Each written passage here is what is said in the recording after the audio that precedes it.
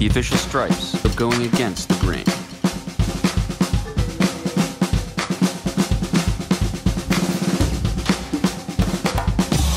ProMark.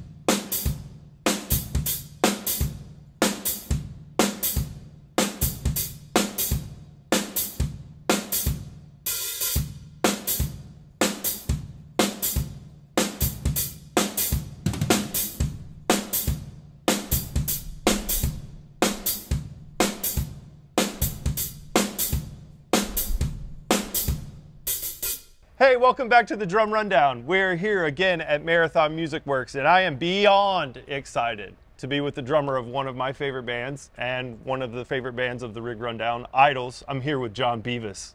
How's it going? It's great, yeah, thanks for having me. Awesome, dude. Like I said, it's such a huge pleasure. We've become such big fans of the band, and then getting to hang out with you guys on the Rig Rundown side. Absolute treat to get to finally sit behind your kit and do a rundown with you as well. Hopefully, hopefully. Yeah, this is a bit weird for me, but yeah. Hey, we're gonna give it a go. go. Yeah, like we always say, this is all made up, so here we go. How's tour been going so far? Tour was great. Yeah. Yeah. It's been a really good year, really fruitful. Yeah, it's like the last 4 or 5 years have just been amazing. A little busy, yeah. Well, I mean, yeah. The first two was us getting used to it, and yeah, I was pretty busy. Felt pretty, intense. But now it's a wonderful life we have. So it's not too hard on the roads. Shows are longer, which is nicer. Get to play more songs. So yeah, it's all been. I was going to say, good. with the longer shows, I mean, that's a fan's treat because now you have a lot of material to cover. There's some fan favorites that can probably never go away from the set. And then the new album is so cool. There's so many different things and different textures and such a different kind of vibe.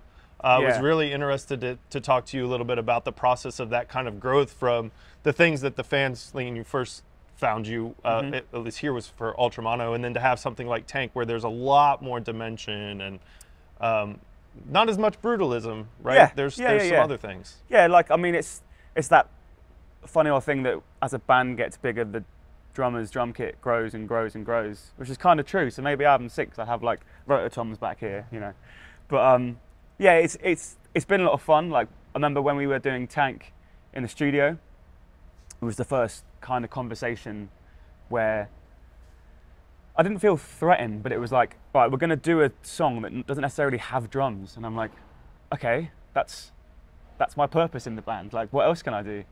And it was like, let's do a track. And we've done drum samples, but we still wanted to play live. I didn't want to be a band where we just have a loop on.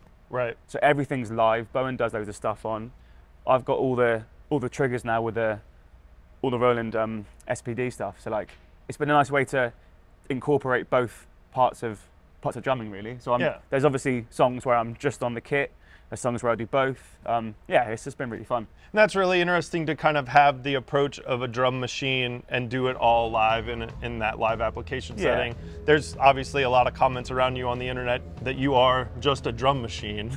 That there's that kind of relentless nature. One of my favorite drummers, Phil Collins, spoke about drum machine. They were asked him why. You're one of the best drummers on the planet. Why would you use a drum machine? Yeah. And he famously said there's that relentless nature that kind of creates a drama and something in that. And I think that really suits this band and that kind of like relentless nature to kind of give everybody else space to do the thing. Of course. And like, it's a nice mix. And I see my job as like holding everyone in. Right. So there's obviously moments where I can express myself more, but at the core of it, it's like let everyone here just go crazy. Yeah. I'll do my own bit here. Yeah. But yeah, it's like hold everyone in and keep it tight. But that's the thing that I love about the records is that, and the live shows, I've seen you live a few times, it's so drum forward. Like there's such a drive and the drums are ever present, and definitely I think something that makes the whole room move. Yeah, I mean, even if on the album it wasn't intentionally meant to be a big drum track, I get really excited when I play live. So like, I'm never going to play quiet. I'm always going to give it 100%. So yeah, you know, maybe there were songs that weren't meant to be this big live, but then now they've become live songs. Yeah. Well, let's talk about how you're getting it done and how they're sounding so live in these rooms out on tour. I think it might be interesting to go backwards, and let's start with the technology first and just get the Roland SPD-SX out of the way. Sure. That's kind of, we usually do that on the tail end. Let's do it first. Yeah. What do you have going into our familiar friend here? Well, I'm still very new to this. I only got this for TANGK. Yeah. You know, I think when I first started using it, it was basically me being in control of the click, which isn't for everyone. I only have it on certain songs. If someone's like sample goes out of time, I'll just turn it off. So it's still us playing it, which I think is the important bit. There's no time code, it's all this kind of stuff. It's just, right. it is still us doing it all. And then with that, I've now like, again, I think I've only got like 5% into it. There's so much more to learn about it, but I love it. So in like Pop Pop Pop, which is one of the songs, there's 3 different snares that have, you know, subtle frequency changes, and you can link them all up on the pads. So I can, you know, still attach it onto the snare pad, and it will do all 3 in a sequence. And like I've got the kick pedal for loads of tambourine stuff, and I've got these 2 bars here. So like I didn't want to just play the parts on the pads here, right, and like face away. I was still interested in a way to play the drum kit, which is why I've got them all around the kit here.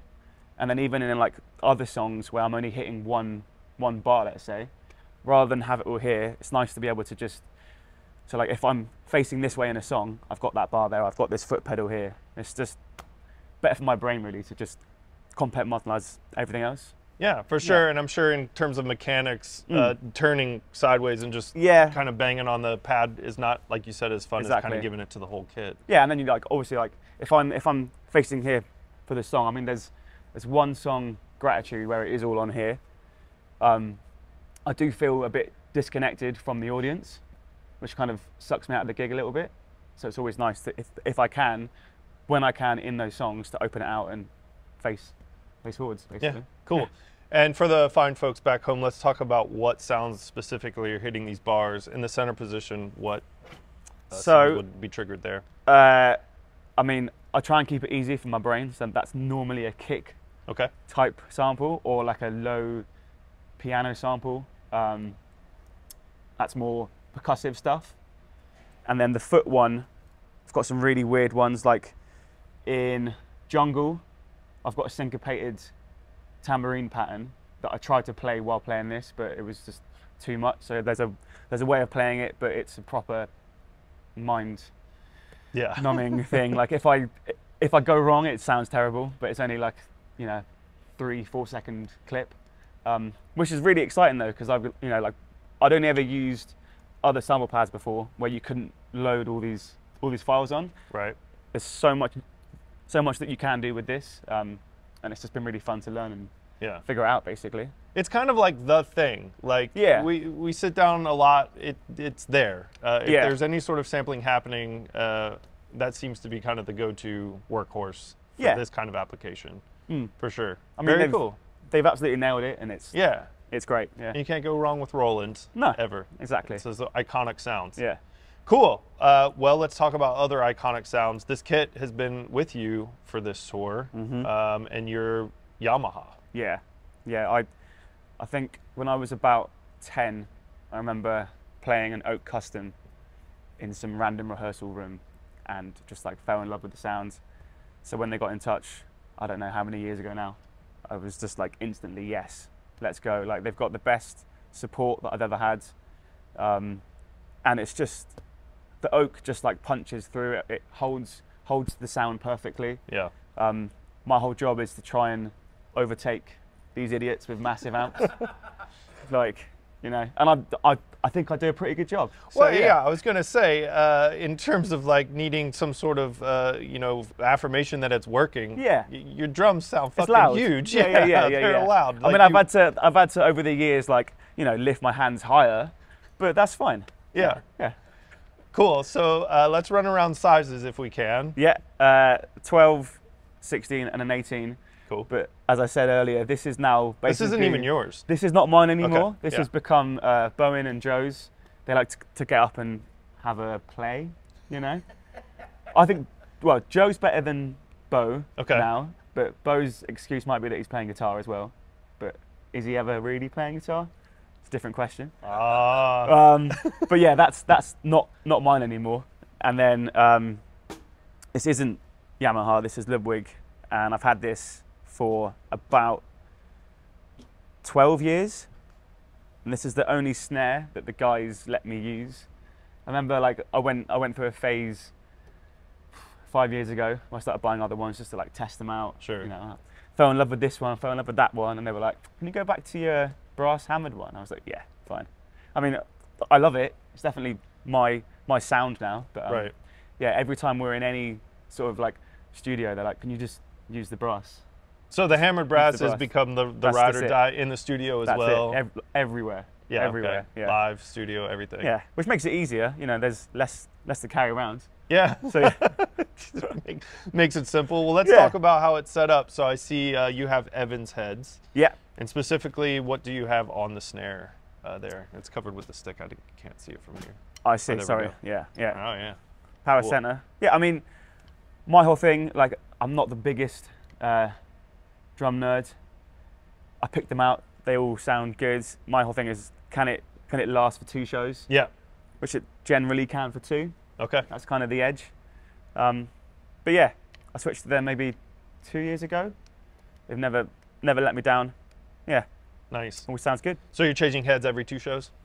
Only on the snare. Only on the snare. How long Yeah. are you getting mileage out of the toms, not including this one that's not yours?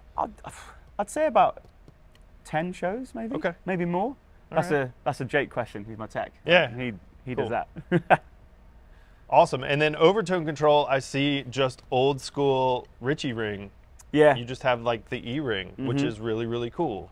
Yeah, I used to do Moongel or the similar types of that, but it would always just fly off. Yeah. So And they're, always worked for you me. know, they're kind of gnarly and Yeah. they don't age well. I think I see snare weights. You have the heavier brick overtone controls, and then or just because it just flies off otherwise. yeah, but I love those M80s are Yeah. incredible. Oh, the 100%. leather it's a kind of a game changer. The magnet where you can flip it up and down, Yeah. turn it on and off. Have you seen this one, which is a custom made? Yeah, Jake just cuts but it up. that's how it started though, Yeah. right? Yeah, that was it. That was the old Ritchie ring Yeah, style. there you can go. pay a lot for other imitators, but I know. this is it. It does the job. It's perfect. My whole ethos is that if it sounds good, then it's fine. Like, there's no point fixing stuff. There's all the extra bits here, like tape, because I break them all the time. So, yeah, definitely works. Yeah. And what are you beating on it with? We have sticks. ProMark. ProMark. Yeah, forward 5Bs. I can't remember the last time I didn't play with 5Bs. I just felt it would be weird going back. But yeah, I've always loved them. I've kind of bounced around. I was with Vic Firth for a while, and then the sticks wouldn't last. No hate on them. I just changed it up, and these have Sticks worked are for me like now. a tricky thing. I recently went on like a stick journey and meandered through the esoteric wilderness trying to find a thing, and it's so crazy the nuances and how much it can change everything. Yeah, sticks. I mean, I'm sure it's similar to string gauges and kind of pick that you're playing a guitar with. Yeah. It's like you have to have your thing. Yeah. And then cymbals, Zildjian. Yeah. Great. Dark Ks have always been my go-to, just because they don't take over too much from everyone else, but they definitely can cut through all the guitars. It's always that age-old thing that every guitarist hates cymbals. Yeah. So I try and find some that are least offensive do the job but die off quickly. Right, and It's still kind of have the job. volume to kind Yeah. of be, you know, Yeah. in the dynamic range of what you guys are doing. Exactly. Like I don't think I can't remember the last time I had an actual just ride cymbal. I've always had a crash ride. I tend to just crash and like play through that much more than any other of the top crashes. And again, this has now become their cymbal, not my cymbal. Okay, so this one is, Don't touch it. yeah, basically Everything here. yeah, everything It's here is just- just yeah. It's just there. Are you charging them rent? You should lease this space. to No, I them. don't mind. Yeah. It's nice to have a bit of company up here. so- Okay, that's cool. Yeah, it's nice to have a visit, I guess, Yeah. in the middle of the set. Yeah. That's cool. You want to run me around what we actually have, starting with hi-hats? Hi-hats, Yeah. 14, Okay. Mastersound. This is an 18, 18 Dark Crash. 20 Dark Crash, Yeah. 21 Crash Ride, and then that is the EFX 18-inch. Nice. Yeah, I'd like, Zildjian, last time I was there, they gave me some of the like really raw cymbals. Yeah. Have you seen them? They Mhm. just look like, basically like a lake. Right? Really, really cool sounds, but I was like, I don't think I can have them in the show. Yeah. They just take over, but really, really cool. Like they definitely got a really nice range of cymbals. These are just the ones, as I was saying, like if it works for the songs right now, then it's perfect. Yeah. And in the recording application, I think on Ultra Mono, didn't you record the drums and overdub cymbals after? Yeah, that was the first time I'd ever done that, and that's how we've always done it since now. It's such a game changer because you get way more tone out of the drums. It's just a whole lesson in clarity, I guess. Yeah. And then the first time that I did that was a proper lesson in having to separate the parts, because I've always learnt the parts, you know, with everything going on at the same time. Right. To then go into the studio and then play a song without hitting things. If it's like a one hit on a cymbal, you've got to Yeah. learn it to not hit and then not lose the flow of everything. Right. Which is really fun to do. And yeah, I would say that from that album onwards, the drums have way more like purpose and clarity on all the recording. So yeah. Do you think that that process of doing that informed some of your choices in the studio in terms of how you wrote the parts? Potentially. Yeah. Potentially, and like maybe moving forwards, you know, like whenever we've done stuff now, even if it's just thinking of an idea Right. for a new song, it's not what can I play all at once. Like it can be how can I layer my drums to do just yeah. It's definitely opened up my thought process, and obviously now with the added influence of the SPD, it's like you can do other stuff as well. It's not just here. So yeah, Yeah. cool. Well, it certainly has added an intentionality, I think, to the parts, and it's coming through on Yeah. the new record. Nice. Yeah, for sure. Let's jump back into heads. I see an EQ4 batter on the kick. That's pretty straightforward. I see a little pillow in there. Been And- there since day one. Yeah, man. that's like a really Yeah. old pillow. And Yeah. then what is the kick pedal? Kick pedal, the FP9, I Okay. think. Also from Yamaha. Yeah, they sent me one now, maybe 5 years ago. It's never like failed me, and it's works for me. It's perfect. Cool. I'm very much not a gearhead, and if it works, then it goes. Yeah. So it's perfect. Well, it's working. Yeah. It's working on the new record. It's working on the old records. Yeah. It's working in this room. I'm very excited to see you in this room. This is one of my favorite places to see bands, and you Nice. have become one of my favorite bands. Thank you very much. Tonight will be one for the books. Thanks for sitting down and All hanging good. out with us today. It's been a pleasure. Awesome. This has been a show called The Drum Rundown. We are here with Jon Beavis of the band IDLES. We'll see you guys on the next one.